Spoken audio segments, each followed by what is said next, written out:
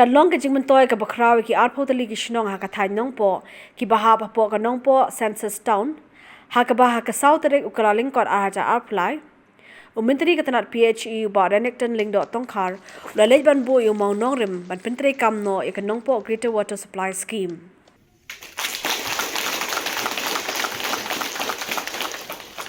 Kani ka scheme umbam umdi ban penpoi chaman la ki thliu yeng ha ki Shnong ka thai Nongpoh ya kani ka jialang la pelong ha district library jong ka Nongpoh ha ka te ka sngi la sakhi ru ka jodon lang uba Meryl Bonds aim MLA ka Nongpoh uba Balajit Rani MDC Usaid Mohammed Andalib Razi Commissioner and Secretary PHED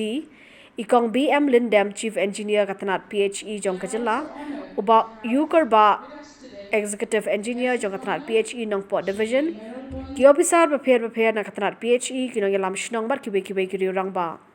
Yagani scheme ba balaktip kum ka Nongpoh Greater Water Supply Scheme lamang pisa hado shispa lai point nyoy way Klur Tyngka da ka Jal Jeevan Mission Lyngba ka Ministry jong ka Jal Shakti jong ka Sarkar Pedeng barkum juru na ka Sarkar jala da ka thang man penpoi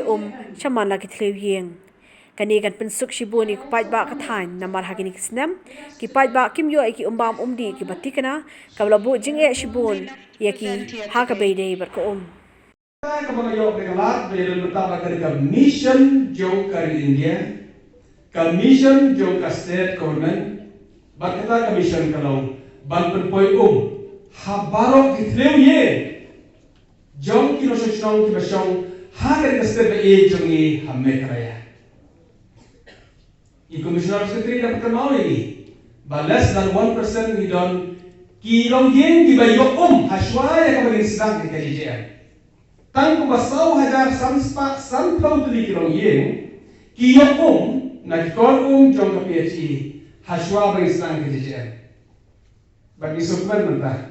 ba ngira cross ke arlak kaho kilong yeng kibayo mentah kene ka big achievement wadla yung pagpoilot sa katong kumalikwa ba 100% ikwa ba tumpoy yung paglakang poy sa ta Risukban pada tu ki ba ngila ya tresiton kanala ba risukna pada tu ki ba kumagalong ta hakabede ba ki sanction ki skill ngila yot baro sanction katra nga makram nande we have got all the sanction with regards to JJM ngila yot ya ki sanction ki pada JJM kumagalong ta but la day hakabede ba ka sanction